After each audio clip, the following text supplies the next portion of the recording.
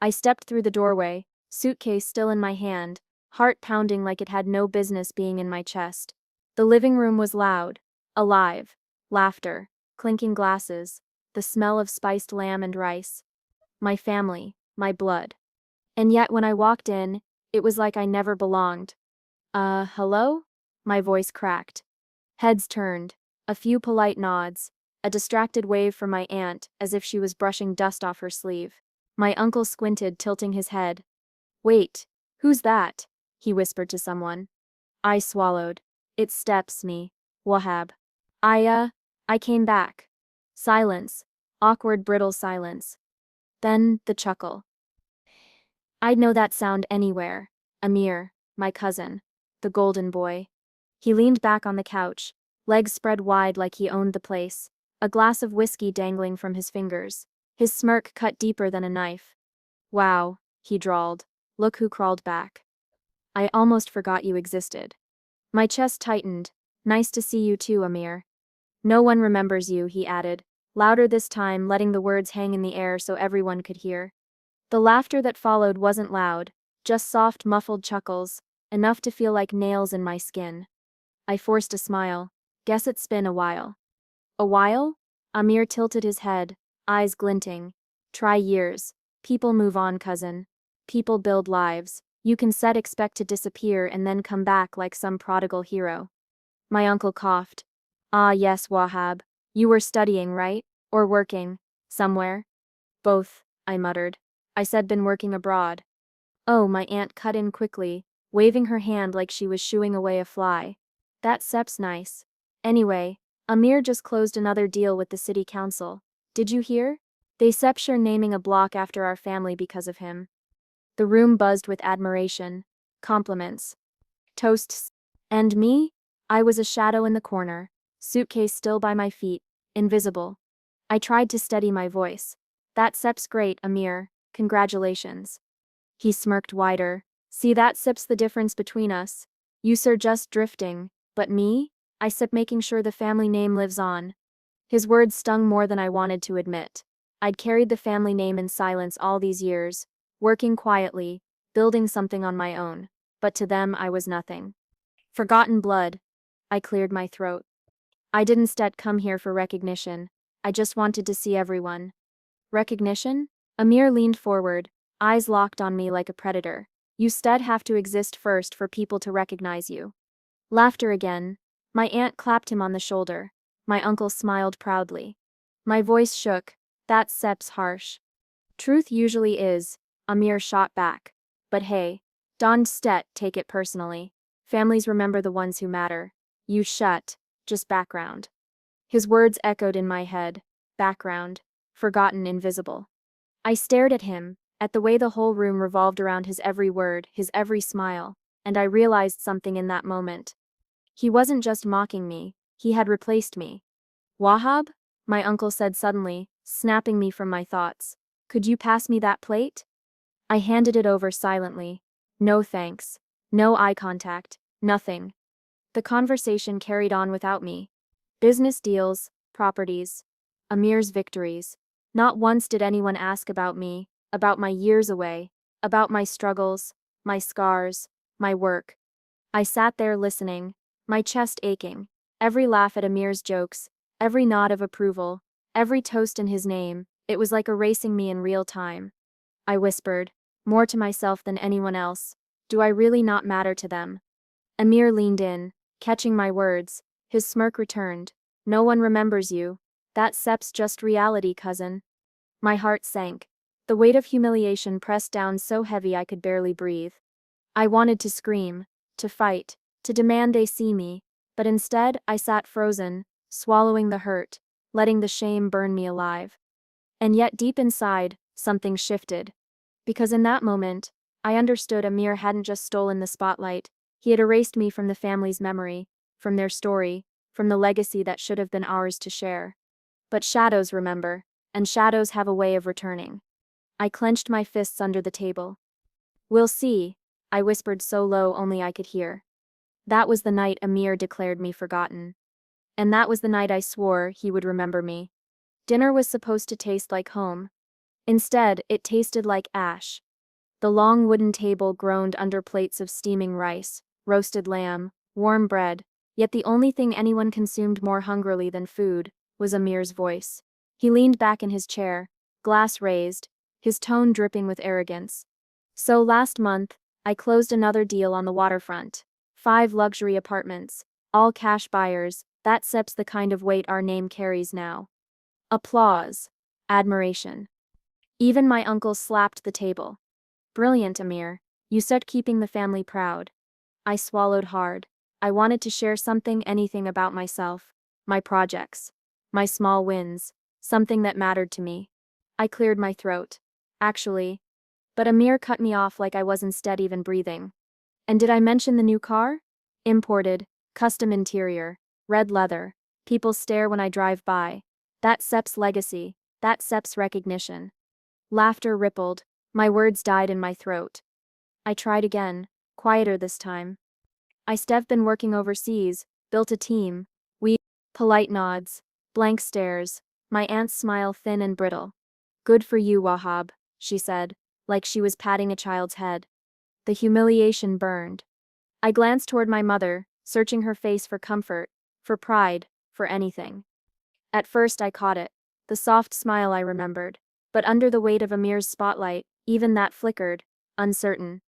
I whispered, Mom, I thought you said be proud. She touched my hand gently. I am Beta, but they don't see what I see. Her voice was kind, but it trembled, and I felt her pride slipping, dissolving in Amir's shadow. He clinked his glass for attention. Let's raise a toast, he declared, smirk stretching across his face. Everyone lifted their drinks. I hesitated, hand frozen. Amir Sup's voice sharpened like a blade. To family names that last through generations. He paused, eyes locking on me, daring me to flinch, unless some fade away. Laughter erupted. Loud, cruel, unapologetic. My chest caved in. I felt small, smaller than I ever thought possible. I didn't argue. I didn't fight. I just sat there silent. A ghost at the table. The rest of dinner blurred. Their cheers, their clinking glasses, my silence, my shame. I kept my head down, chewing food that turned tasteless in my mouth. Every laugh felt like another shovel of dirt burying me deeper. And yet, beneath the humiliation, something hardened. When the plates cleared, when the chairs scraped back, when the laughter finally bled into silence, I lay in my bed that night, staring at the ceiling. The voices replayed in my head. No one remembers you. You said have to exist first, unless some fade away. My fists clenched, my teeth ground together. I whispered into the darkness. You erased me, Amir. You took my place, but you forgot something. The ceiling stared back, my pulse steadied, my shame cooled into steel. You can kill what becomes a ghost, and ghosts they done disappear. That night, my humiliation stopped being a wound. It became a blade. And one day soon, I use it. The morning air smelled different. Colder, thinner. I walked the streets I once knew by heart, yet everything felt foreign. The shops had new names, new paint, new owners, faces I didn't recognize passed me by without a glance. Then I saw it. The corner, the bakery, my grandfather Sep's pride. I stopped dead in my tracks. The windows were different now, no warm bread stacked in baskets, no hand-painted sign with our name curling across the glass. Just a sleek logo, bold and soulless. I whispered under my breath. They erased us. My chest tightened. Memories hit me like waves. I heard my father Sep's voice. Son, this bakery isn't just a shop. It Sep's our blood, our name. I could still see him, apron dusted with flour, sweat dripping down his brow, but his smile steady. Every loaf I sell, every coin I earn, it keeps our family alive. And I remembered the nights he sat at the table, head in his hands, bills scattered, eyes tired. They want me to sell, he muttered once, voice breaking. But if I do, our name disappears. I swallowed hard. You didn't give up, Dad. You fought, and still they scraped it away. The wall where our name once stood was bare, just a faint outline as if someone had clawed it off. It was like we never existed. I whispered to the brick, I remember even if they don't. And then Amir's voice slithered back into my head. No one remembers you. I clenched my fists. My nails dug into my palms. No, I muttered. You said wrong. I remembered the smell of fresh bread at dawn, the way my father laughed when the first customers walked in, the pride in his eyes when people said, "The Khan bakery is the best." I remembered every debt he paid, every hour he worked, every tear my mother wiped from his cheek when no one was watching. They might have sold the building, they might have stripped our name, but I remembered, and suddenly remembering felt like power. I could hear my father again, his voice steady. Son, names live on when someone refuses to let them die. I whispered back. I once let it die, Dad. Not anymore. I pressed my hand against the cold wall, my reflection faint in the glass. For a moment it was like I could see him standing there, strong, proud, unbroken. Tears blurred my eyes, but I didn't look away. Amir thinks he's building a legacy, I said softly, but he's building it on shadows, on ashes, on what he stole.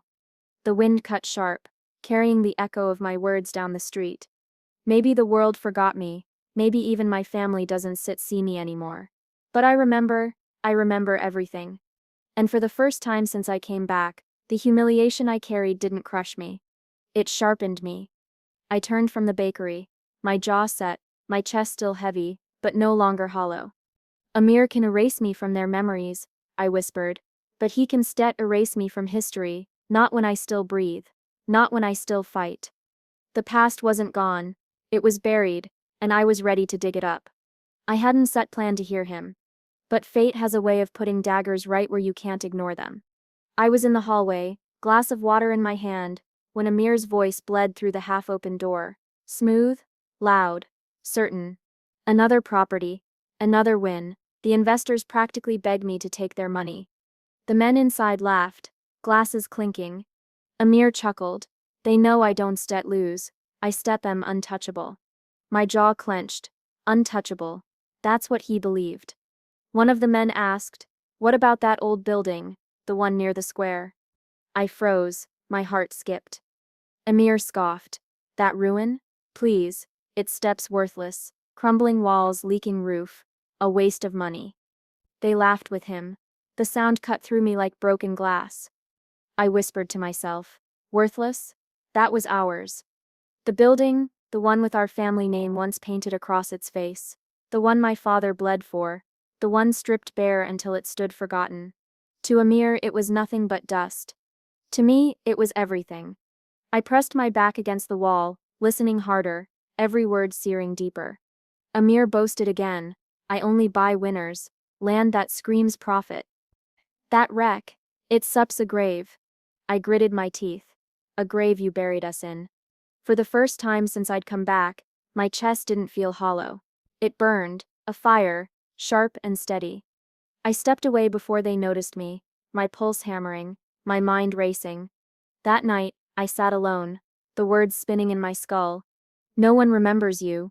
Unless some fade away. Worthless. A ruin. I whispered into the dark, not worthless. Not to me. Memories of my father Sep's voice filled the silence. Son, one day you still understand. Places carry blood, they carry names. I closed my eyes. I understand now, Dad. It was instead about profit. It was instead about applause. It was about justice, about dignity, about dragging my name out of the grave. Emir laughed over. I paced the room, my reflection flashing in the cracked mirror. My face looked different, harder, sharper. I shall take it, I said out loud. My own voice startled me. I don't care how, I shall take it. The decision landed heavy but certain, solid, like a stone sinking to the bottom of a river. I pictured Amir Sep's smirk, the way he dismissed it. A ruin not worth the money. I whispered. And that Sep's exactly why it will be mine. He wouldn't see it coming. He wouldn't even care, until it was too late. I imagined the day, the papers signed, the keys in my hand, Amir's laughter choking in his throat when he realized the building he mocked, the blood he erased, belonged to me. Not for profit, not for glory. For revenge. I leaned over the desk, scribbling numbers, calculating what I'd need. Every figure fueled the fire. I could hear my father again, steady, and proud.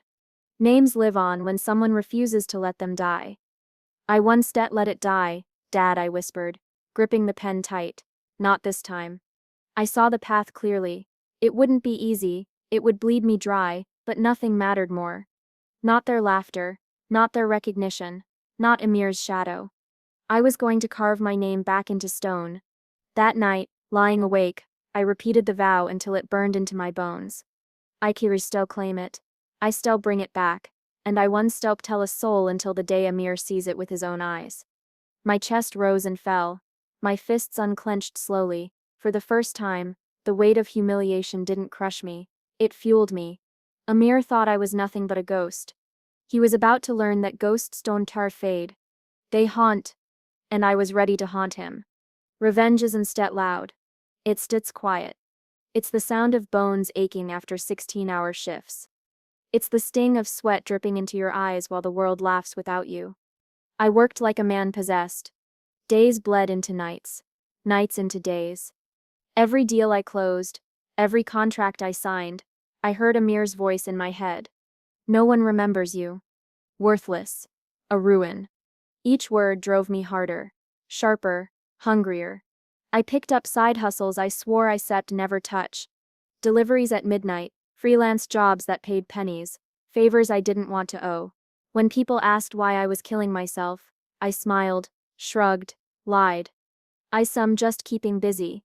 But the truth? I was building something. And I was building it with silence. Layla noticed first. Of course she did. She'd always been sharper than most. She leaned across the cafe table one evening, her eyes scanning the exhaustion on my face. Wahab, you start burning out. What are you even chasing? I stirred my coffee, hiding the tremor in my hand. Just opportunities. Opportunities? She narrowed her eyes. You look like you sucker carrying the world on your back. For what? For who? I smiled faintly, keeping my voice steady. For me. She shook her head. No, that sip's not it. I sep's known you too long. You sep's her hiding something. Her words pierced, but I stayed calm. Not everything needs to be shared, Layla. She leaned back, arms crossed. You start going to kill yourself at this pace. Then, let me, I muttered. The silence between us was sharp. Finally she whispered, what are you building, Wahab? I met her gaze, my chest tight. The answer rose to my lips, heavy and sharp, but I swallowed it back. Instead, I said softly, I said I'm building something that matters. Her expression softened, but suspicion lingered in her eyes. Just, done at lose yourself in it. I nodded, forcing a smile. But I sept already lost myself. That was the point. The battles raged in secret. Paperwork, loans, negotiations, nights spent studying contracts until my vision blurred. My pride screamed when I had to borrow money. But I did it, quietly, carefully. Each coin carried shame but also fuel. I kept hearing Amir Sep's laugh in my head. That wreck. It's Sep's worthless. I whispered back, then watch me resurrect it.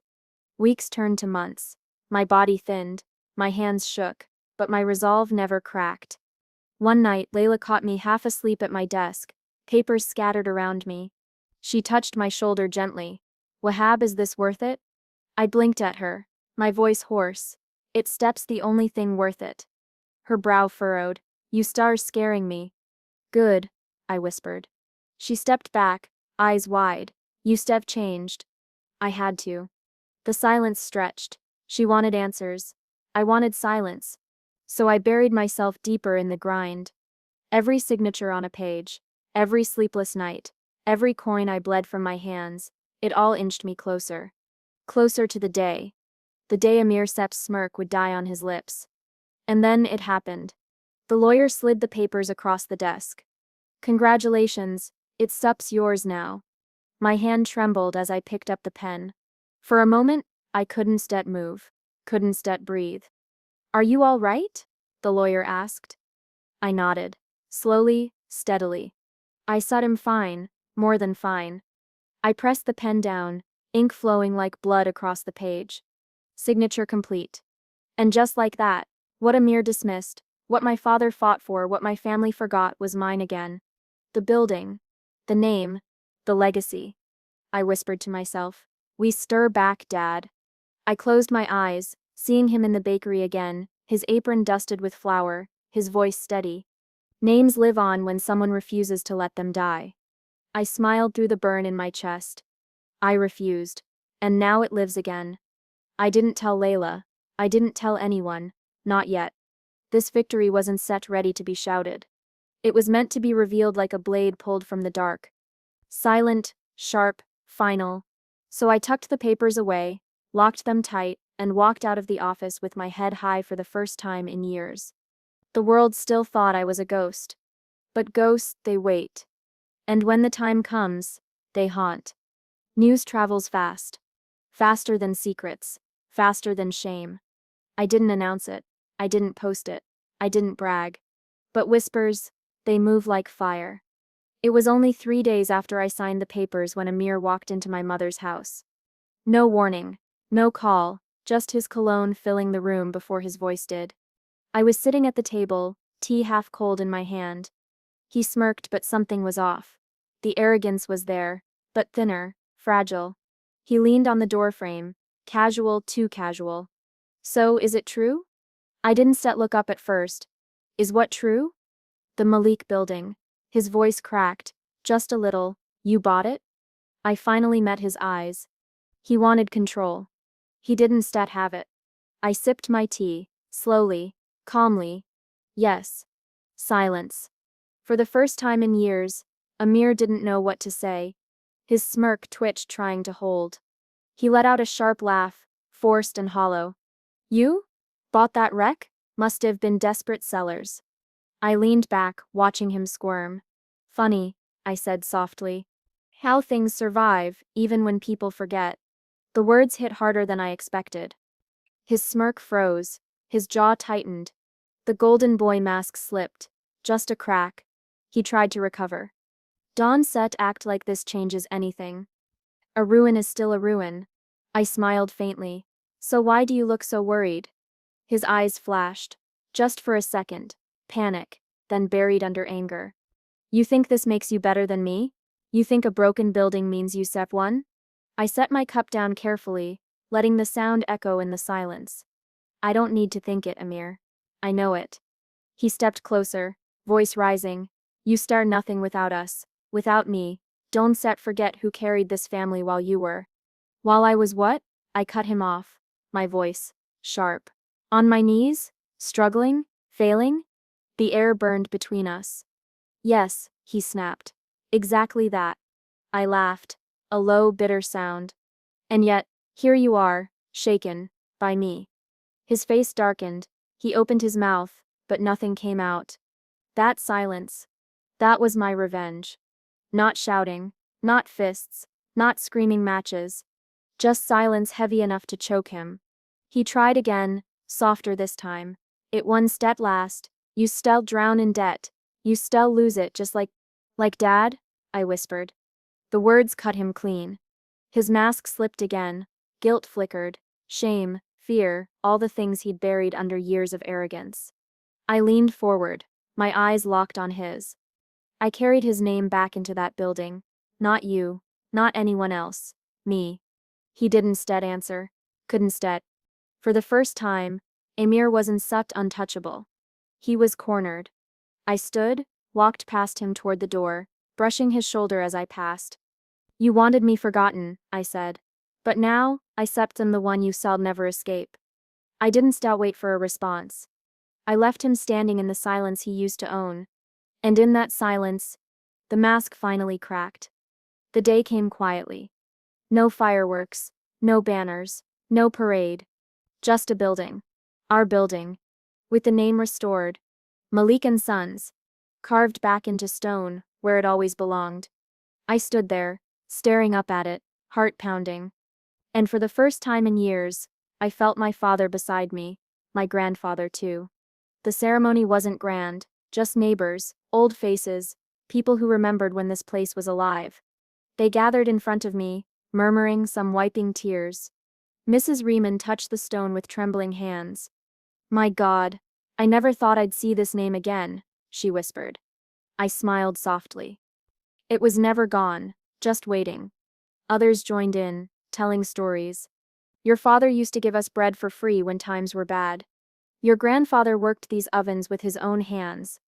This street, it feels alive again. Each word cut and healed at the same time. Because I remembered those nights. I remembered the struggle. And now they remembered too. Then he showed up. Amir?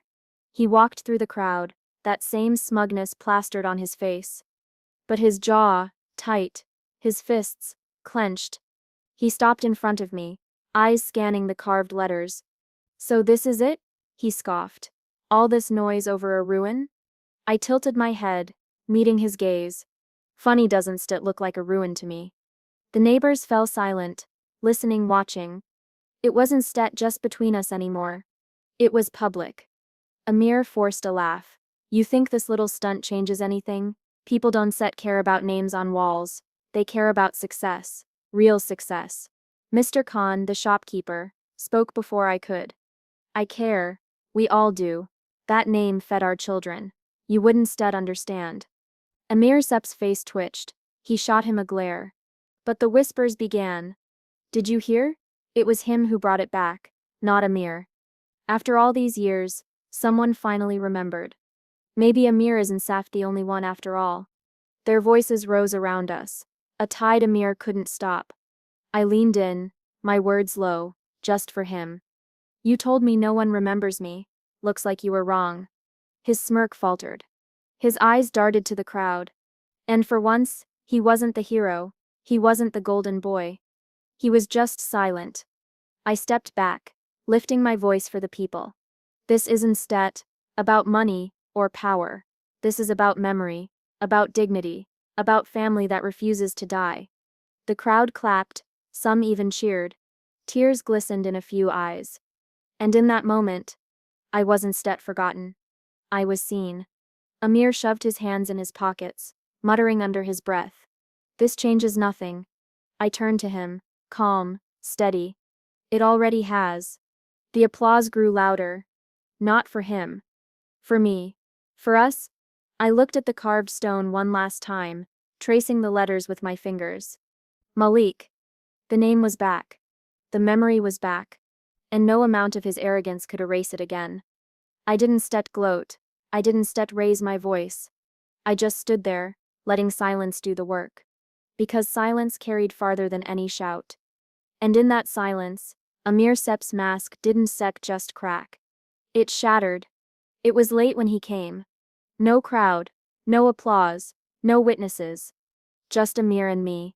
He shut the door behind him, his steps heavy. For the first time, his shoulders weren't squared, they sagged. He didn't waste time. You think this makes you better?